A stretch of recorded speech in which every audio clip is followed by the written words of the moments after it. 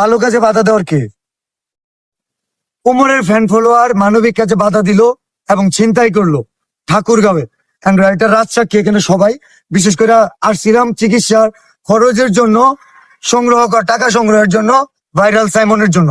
সাইমনের বাবা আছে, ওমরের প্রসঙ্গটা আসছিল কিনা? জি বাধাটাকে ওমরের ফ্যান ফলোয়ার দিছে কিনা? জি যার চিন্তাই হয়েছে, কি চিন্তা হয়েছে বলেন? ভাই, আমার হচ্ছে হলো, আমার কাছে একটা ব্যাগ ছিল আমার গাড়িতে।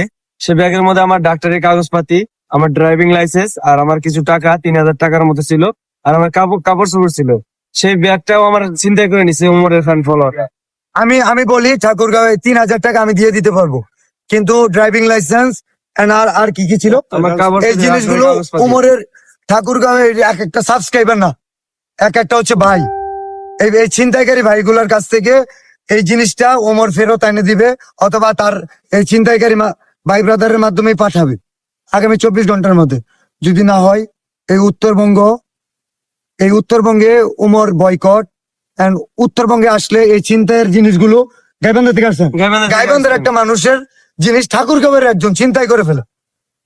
এটা ফ্যান ফলোয়ার হচ্ছে উমরের, কেমন ফ্যান ফলোয়ার হয়েছে সেটার জবাব দিতে হবে আগামী 24 ঘন্টায়।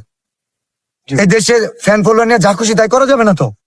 আমার ফ্যান ফলোয়ার আমি চিন্তাই করাতে পারবো, মানবিক কাজে বাধা দেওয়াতে পারবো। দ্বিতীয় বিষয় হচ্ছে ওরা যদি ওখানে নাম্বার না, হট্টগোল না করলে আর আমরা এটা পৃষ্ঠা নাম্বার না, এটা পৃষ্ঠার নাম্বার না। ওখানে ভাই আরো অনেক টাকা উঠতো। ওখানে যদি অন্যরা হট্টগোল না করতো তাহলে ওদের হট্টগোলের কারণে অনেক কালেকশন মাইজ গেছে। এই ক্ষতি সাইমনের কাছে একটা ছোট্ট বাচ্চার, ভাই কি বলবো, এটা মানুষ।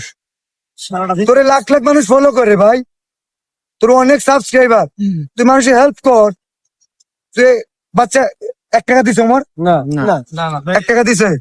আরো তো অনেকে ছিল ভাই, বাধা তো দেয় নাই। ভিডিও বানাই না, একটা কথা বলেনি কখনো। 5টা জেলা আমরা ঘুরলাম। কই জুয়েল ভাই তো বাধা দিল না? নাসা ভাই বাধা দিছে?